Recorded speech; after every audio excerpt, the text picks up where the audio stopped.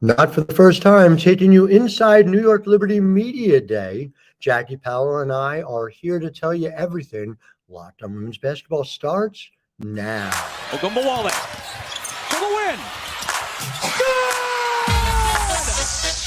You are Locked On Women's Basketball, your daily podcast on women's basketball.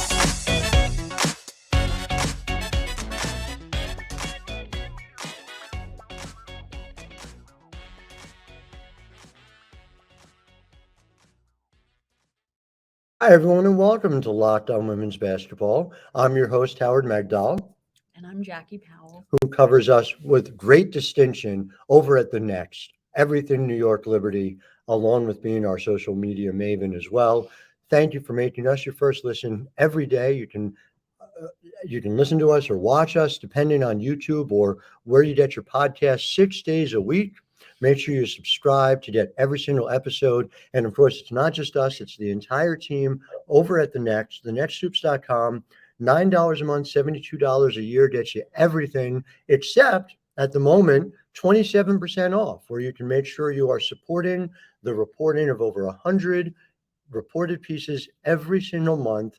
Make sure you're going to thenexthoops.com and checking out all that we're doing. And so we will be telling you a lot today. Segment 2, we'll be talking about the unprecedented depth of this New York Liberty roster. We spoke to everyone on the New York Liberty and then some. There are going to be some people we spoke to today who aren't going to make it because that's how deep this New York Liberty team goes.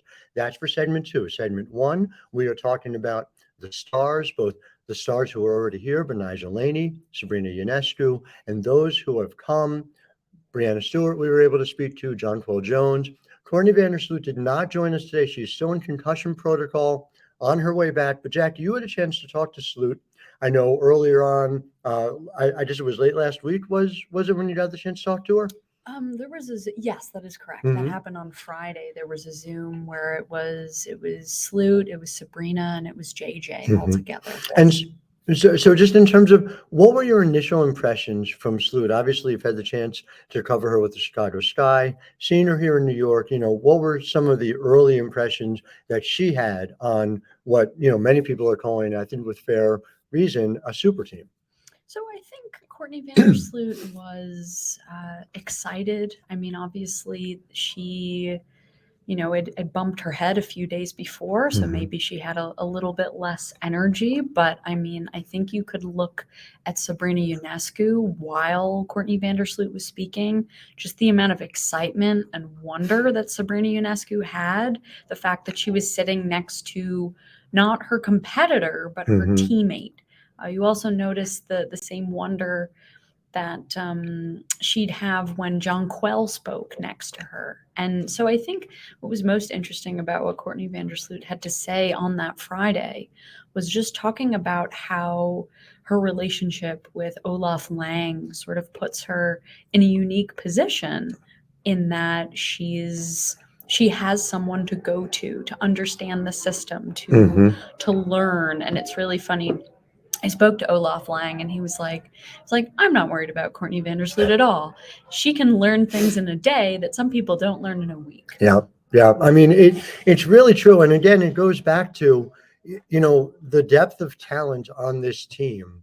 When you look at Sloot and you look at Sab, you have two players. Courtney Vandersloot is the all-time leader in assist percentage.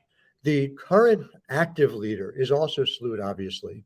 Second is Sabrina Ionescu. So you have just these multiple, they're not just, all right, these are good playmakers who you can put together. These are arguably among the best playmakers in the history of the league. Obviously, Sabrina's got to do it for a long time in order to hold that mantle eventually. But you could also argue that, if anything, her career numbers are understated by the fact that she's played injured through so much of her career. So having that as a starting place for the system that Sandy and Olaf run is very, very significant in my view. And of course, it is only going to be exacerbated by the fact that you can stretch the floor with Breanna Stewart and Jonquel Jones. And so, I asked Stewie about the opportunity to be able to play for a championship and how you balance those kinds of expectations with looking to be better every day.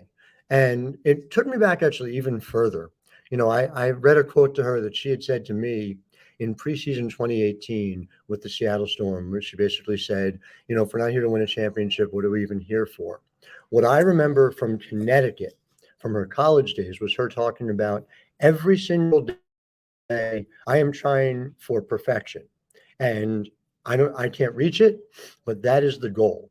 And so I turn to you and say this: the talent that we're looking at with the New York Liberty, and I know you have to show it on the court, but you combine the amount of talent, the way in which it fits together, and we were talking about some of this off the air, with the fact that 1 through 11, there are backup plans for everything and everyone. Is the pursuit of perfection a reasonable thing for the New York Liberty to be doing, the same way that the 2016 Connecticut Huskies were pursuing perfection? I don't mean undefeated, but I mean, is that the standard that they should be trying to reach? You're asking me that question? I am. I mean, the thing that stood out to me, especially during General Manager Jonathan Kolb and Sandy Brondello's part of the presser today, was the fact that they want to build something that lasts. And so how you do that is you do that with patience. They were stressing that this takes time, this takes patience, it takes buy-in. And so I think everyone, from the players that are on this team to all of the different members of staff, if that be the performance staff, the coaches, the basketball operations, video coordinators, all of those folks, they just want to be great. And so I think using the word perfection, I think that sort of takes a different, how do I put it? I think using the term great is a better way than using the term perfection. Well, but that's what's so striking to me, right? It's an unreachable standard. Yes. But putting it there and putting that bar that she's looking to reach every single day, it was striking at the time. It's hard to argue that Connecticut fell somewhat short of that when they were undefeated. They won the national championship by 29 points over a Brittany Sykes Syracuse team that was very talented in its own right. And I think we're going to see things this year that we haven't seen before. I was speaking with a WNBA front office member who was complaining to me about, I had written a piece over at Sports Illustrated about the Liberty and talked about that on paper they have a chance to be the best team ever. A chance to be. I'm not declaring it as such from the beginning. So what about the Houston Comets? What about it wasn't just the big three. Kim Perro was so good. I said, Kim was a great point guard early on in this league. Are you taking her over Sabrina or Sloot? And to my mind, the answer is no. Let alone, are you taking it over a team with both of them? This is, again, and more of this in segment 2, but you go up and down this roster and there are injuries. Things happen. Things don't always lay out perfectly. They don't have to lay out perfectly when you've built a team that goes this deep. And then the other part of it, and we talked about this a little bit off the air, but, Las Vegas has so much talent. But if you look at a shot chart where Candace Parker gets the ball and lights it most, and where Asia Wilson gets the ball and lights it most, there's a lot of overlap. And these are two of the greats in this game. That they can figure it out does not seem like a stretch, but figuring it out is going to have to happen. When you look at New York, where JJ is comfortable getting the ball and where Stewie is comfortable getting the ball, it's like a perfect set of circumstances. It's a combination. Figuring out how to make that work seems far easier before you even get into the fact that the people who are going to help make it happen are two of the best distributors in the history of the league. I mean, I also think when you talk about the Houston Comets, we have to remember the talent level at the beginning of the WNBA's inception was very different than how it is now. I'm not trying to shame the beginning of the WNBA. I think we can still call it legendary and historic.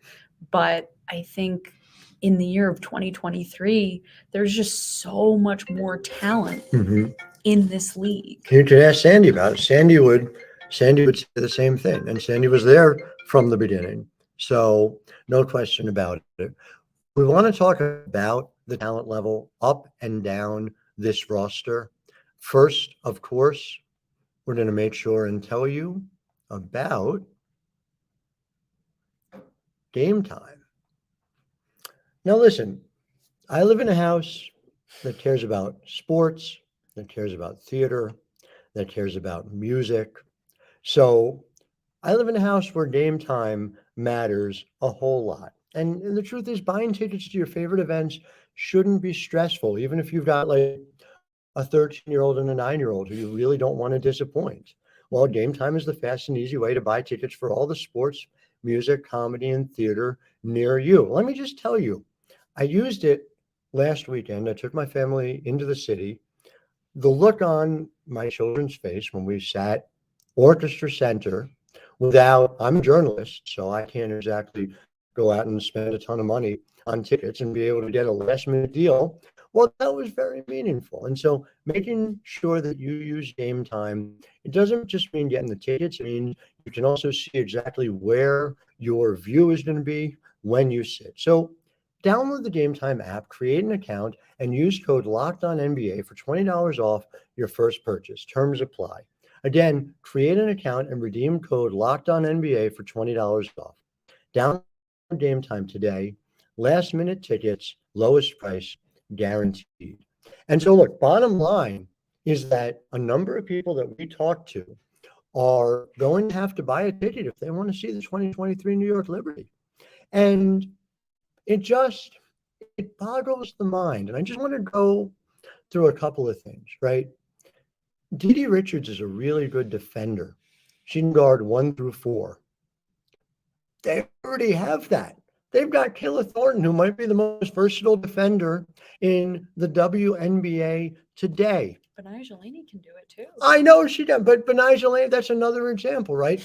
Betnijah Laney, an all-star, somebody who we have seen has the ability to be a number 1 scorer if necessary in the WNBA. They're not going to need her to be anything more than a number 5 scorer on this team. This is a team where I think Laney probably starts. I'm so curious to see how Sandy does this. But there are lineups that are going to make a ton of sense with Sloot and with Sab in the backcourt, and a front court where you go ultra big, JJ, Stewie, and either Han Shu or Steph Dolson. And again, like your centers, I'm almost without speech. Han Shu is 23 years old, and she's shot 44% from 3 last year. And Jackie, you reported she's even bigger. Yes, Han Shu. How big is she? Han Shu grew once again. I believe with shoes, she'll be pretty close to 6'11". So, I mean, I was saying to people, Betty Hattar is supposed to come over, and she's listed as 6'10". And, you know, initially Han was tied with Betty, but Han is now in her own league, which you believe she's been in her own league since she set foot in the WNBA. Well, there's no ceiling. We've never seen a player her size with her ability to stretch the floor at the same time. And if she continues to grow an inch per year, by the time she is 33 years old, she's only be 7 foot 11 inches tall. But even if she doesn't grow a bit, you're still talking about someone who has modern WNBA stretch 5 skills at a height we have simply never seen it happen. And then, by the way, Steph Dolson, a WNBA all-star, somebody who is capable of doing the little things to help win a championship. We saw her do it in Chicago. We saw her do it in college at UConn. I mean, it's like the Noah's Ark of rosters. There's 2 of everything. Wing depth too. I think we have to talk about the wing depth, and what they like is also in practice, since Vandersloot has not been practicing, you basically see Sabrina and Betnijah at your backcourt there. And then sometimes even when you sub Betnijah out, sometimes Dede Richards is maybe at the 2, or maybe you put Betnijah back on with Sabrina, and then Dede Richards is at the 3, or Jocelyn Willoughby is at the 3, and then she can switch to the 2. So you see me going through these different combinations, and the fact that pretty much a majority of this roster can be moved around in different places. It is very adaptable. It's crazy. How good does Jocelyn Willoughby look in your views of her through training camp so far? Jocelyn Willoughby looks really confident. I mean, it was LaChina Robinson was actually with us at practice this afternoon, and she tweeted about Jocelyn Willoughby and Kayla Thornton, saying like, "Oh my gosh, like I love watching these two play." And going over to Australia was really important for Jocelyn Willoughby to, after coming off of so many injuries. I mean, she ruptured her Achilles, then she had something in her knee. There was like a tear in her knee in that same leg. It was just one after the other, very uncontrollable. And when that happens, you sort of lose your confidence. And so the fact that she went over to Australia, she became basically the do-it-all player on the Sydney Flames. Or actually the Sydney Flames. Isabel Rodriguez would say I'm correct. She's our Isabel would know. Yes. She was named the team's MVP, and she was not only shooting threes, she was facilitating. She was a secondary facilitator, defending the best player on the opposing team.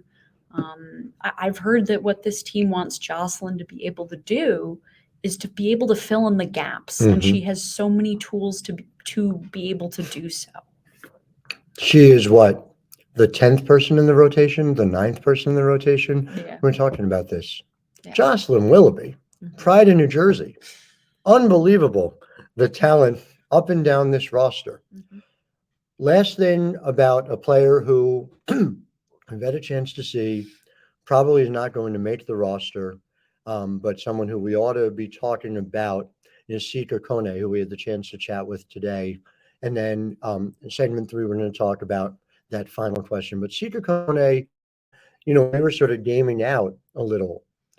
It's hard to see her making this roster, no disrespect to her game, at 19. What have you seen so far about what she is able to do? So she's very talented. She's just, as you said, she's 19. She's not as... and it's a win now team. Yes. Well, I think what was interesting about Jonathan and Sandy's part of the presser was they said, yes, this is a win now team, but we also want to be able to have the enough balance of veterans and youth that we can sustain this for a long time. So they don't want to have... I know. I'm just saying the veterans they have are in their mid-20s. Right. They're in their prime. Yeah, like they don't really need to... Right. You got prime Stewie and JJ and Sabrina. And, Courtney Vandersloot is the elder statesman. Yes. And at what, 33 years old? Yeah, I'm saying. And she just told me when I talked to her about this a few weeks ago, she wants to play till she's 40. Ooh. So she's not looking to retire anytime soon. Listen, next year they might be able to bring back a very well-rested Allie Quigley. Oh my God. And sign her and add to her. I'm serious. I mean, it's not out of the realm of possibility. She didn't retire. She just said not playing this year. Okay. Well, I don't know about that. I mean, there are what's also very fascinating about the New York Liberty is they have a very deep talent pool that has not come into the organization yet. They have a bunch of players where they control their rights in Marine Fatou. She's a French point guard. They also, in the Michaela Onyenwere trade, they got Leone Fibic, who is this German can-do-it-all wing, who is an excellent shooter, and she's 6'3". Now, did they get the right to swap picks in 2025, or did they just flat out get Phoenix's first-round pick in 2025 in that one? It's a swap. So if the Mercury are in the lottery in 2025, you have a scenario where they could, let's say, get the number 1 overall pick and draft Caitlin Clark, hypothetically, and add to their talent pool. Is that correct? Yes, I'm not saying they're gonna select Caitlin Clark, but someone of her caliber. Okay. Now, but Clark would be a good addition to this team, right? Would she play off the bench? I mean, possibly, but I think Right. These are good problems to have. These are problems no WNBA team has had. That's what I'm trying to say. I don't know how it's going to all shake out. There are a ton of talented teams in this league. Mhm. Nothing is decided, but there are a lot of things that other teams simply have not been able to rely on through the years. So we're going to talk about that more in a second. And that last question. First, though, we are going to talk about Prize Picks. And the thing you got to know about Prize Picks is that you are not playing against other people. You are playing against what Prize Picks has for an over-under on different players, different prop bets, right? You pick 2 to 6 players, and if they go to score more or less than the Prize Picks projection, you can win up to 25 times your money on any entry.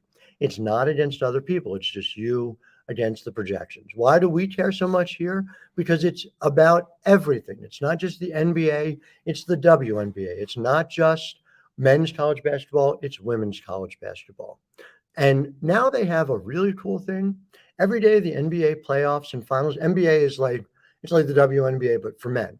One Prize Picks user will win a chance of becoming a millionaire. Whoever placed the entry by 8 a.m. Eastern time can be randomly selected. You get all 6 picks correct, you win $1 million.